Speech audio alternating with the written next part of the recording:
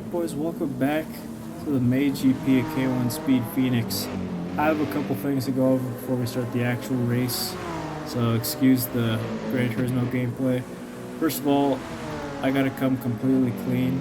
I didn't have a good showing in April. I had a great one. Here's the results. You guys remember from the March GP race, towards the very end, our standings into April board. We were actually tied first, and suddenly I'm, 14 points in the lead? That's absolutely ridiculous. Not for me, though. Not for me. I couldn't be happier in April. Which leads me to my second point. Where the hell is the proof, Ralph? Where's the proof?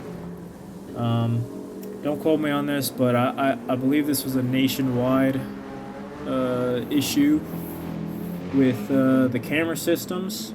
I think they were transitioning over to better ones, because I do remember the website links being a little janky, a little funky. So yeah, I think nobody got footage of April, but it sucks because I had pole for Group A and I won the Group A race, so it was a completely dominant weekend, and I was pretty happy about it. And then I was bummed because I don't have proof of it.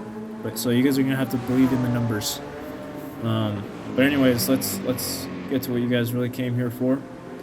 I've only watched this race a couple times, but here we go. You guys can see I'm starting all the way in the back in 10th. We went from pole to this 10th. I've never started this far back before. There is a silver lining. Don't have much positions to lose, and we have several to gain. But at the same time, we're starting on the outside. The first two corners here, if you guys remember, are left-handers, and one of them is a hairpin. So it's going to be very hard to gain positions at the beginning, but we have to do so as soon as possible. Here comes the green flag. We're actually going to have somebody lay themselves down in the inside here. I'm not going to engage because I have a feeling that dominoes are going to happen, and they do. Somebody gets spun out off camera. You can barely see them. So we gain about one position from that. Another right here. We're already on the inside right there. He tries cutting back in. Don't think he has the speed to come out of it in first, though. So secure one spot after all of that. So I really thought we could do better, but we still have the whole mid pack in front of us. Everybody's starting to separate though, and create their own paces. By the way, Bradley, if you're watching this, yo, I swear that was not on purpose. That looks like an absolutely heinous scene. I did not do that on purpose. In fact, I barely tapped you, and it looks like you just went straight on and had the worst crash of all time. If I didn't know any better, I'd think you would have flipped over or something back there. But anyways, we passed Nathaniel right after him, and whoever that was, I couldn't catch who that was, but he got absolutely taken out by Luke in front of us in the 50 kart. In my opinion, I believe Luke is the most improved driver since the start of this year. He's appeared at every race, and since March he's been showing up to the Group A races. And this is the first race he actually qualified in front of me, and we both kind of breezed through that mid pack.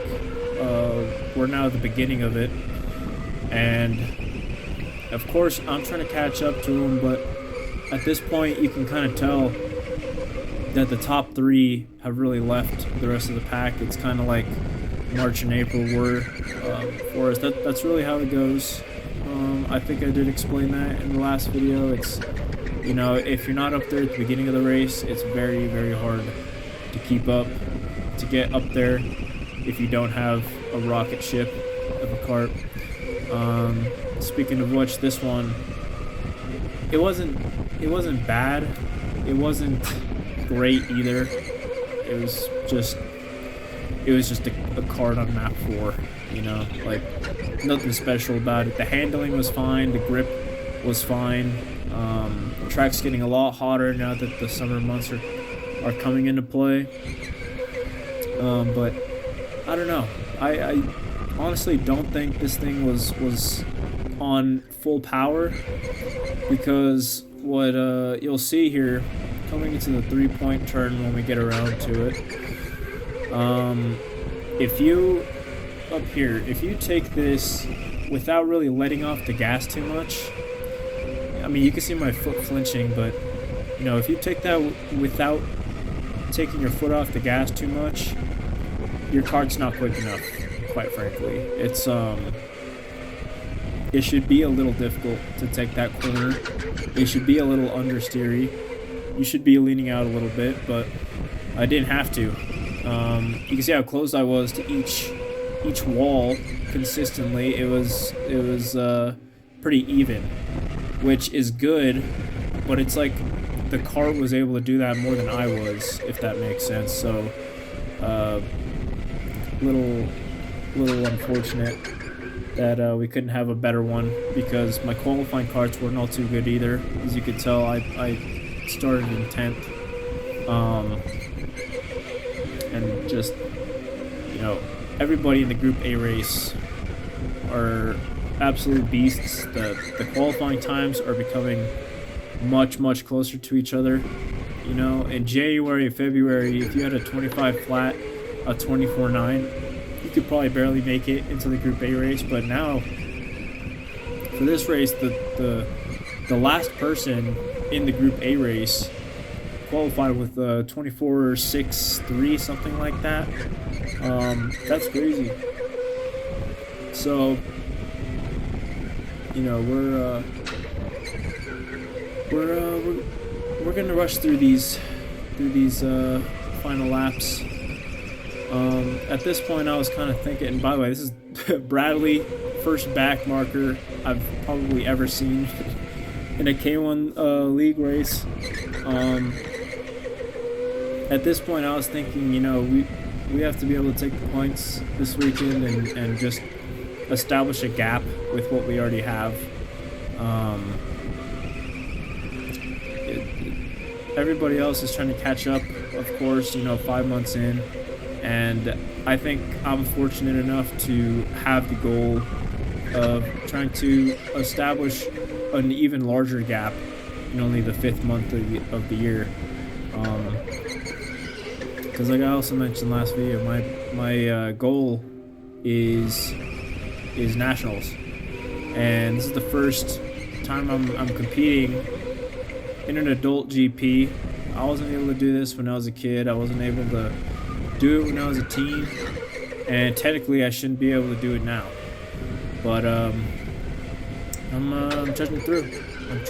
We finished 6th, and we'll see in a little. I'll come to talk to Luke about our karts. Nobody was openly mad after the race, but there was definitely some moments that would have made me mad, that's for sure, if I wasn't me in this race. But here's the standings. We are now 21 points into the lead. We have Connor Vickers, who won this race, has made himself appear in the top 5. So yeah, no, things are getting a little scary. Marissa, who was in 3rd or 4th last month coming into this race, she couldn't make it, so that's one person knocked off basically. With how many people appear in these monthly races, if you don't appear every single month, I don't think you have a chance of making the top 3 at all. Or, you know, you have to show up every single month. So, but yeah, it was a fun weekend. Could have been better, but I'm trying not to think of it like that. Luke's kart died here, so I started pushing him. But no, I started thinking it was gonna be or not it was gonna be, it could have been way worse. So you know, because you can't win every single weekend, not with rental carts, especially not with rental carts. um so you know, did what I could. Hopefully next month we will have a better set. um Next month is going to be a lot hotter than it already was this weekend. It was what, 92, 93 degrees when I got to Phoenix. So yeah, thanks to the people that showed themselves this month. Appreciate you guys. Uh, Ones that watched the last video. Hope I can meet a few more of you guys next month. And that's when I'll see y'all.